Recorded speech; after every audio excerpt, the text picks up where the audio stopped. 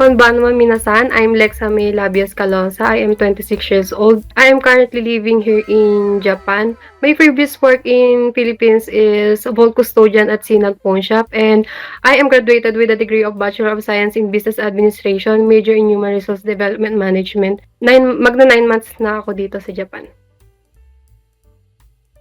Bale dati po kasi before kami mag-enroll sa ZUIT program hindi talaga kami gano'n kagaling sa Nihongo. Bale nung dumating kami dito kahit sa mga senpai po namin is hindi kami gano'n nakakapag-usap, nandiyan lang kami sa isang tabi kasi po hindi pa namin gano'n kagamay yung Nihongo. Bale nung pumasok po si ZUIT program sa amin, bale natuto po kami sa when it comes to speaking. Actually po sa buong Nihongo naman na tinuro nila, is natuto naman po kami kaso po may improvement. Hindi po kagaya nung dati na dumating kami dito na talagang nasa isang tabi lang kami. Yung mga concern namin po regarding sa work, sa employer po namin, tsaka po sa mga katrabaho namin, nasasabi na po namin at tsaka nagkakaroon na rin po kami ng friends sa mga katrabaho po namin.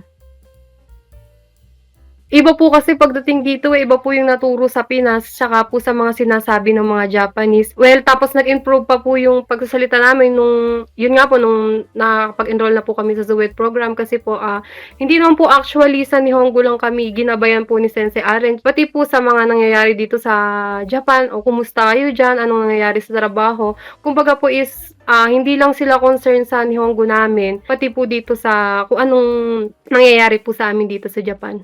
Gaya po nung sabi namin dati, hindi talaga kami gano'n kagaling with regards to speaking sa Nihongo. Ngayon po, nung nakapag-enroll kami sa ZUIT program after po ng 3 months, yung mga instruction po sa amin, naiintindihan na namin siya. Hindi na po kagaya ng dati na talagang as in, hindi po namin naiintindihan. Yun po, tapos marami na ring friends na lagi po namin nakakausap na dati andyan lang sa sulok, nagtatago para po umiwas na makausap yung mga kasama po namin sa trabaho. Kumbaga po may fears po sa amin na makipag-usap kasi nga po hindi kami gan kagaling sa speaking when it comes to Nihongo.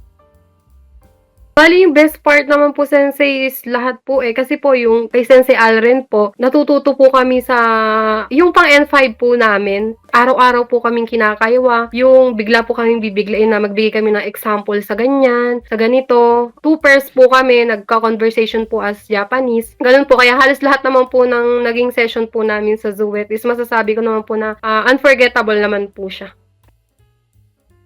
Yung pagpunta po dito sa Japan is wala naman po yun sa kung ano pong natapos mo o anong pinag-aralan mo.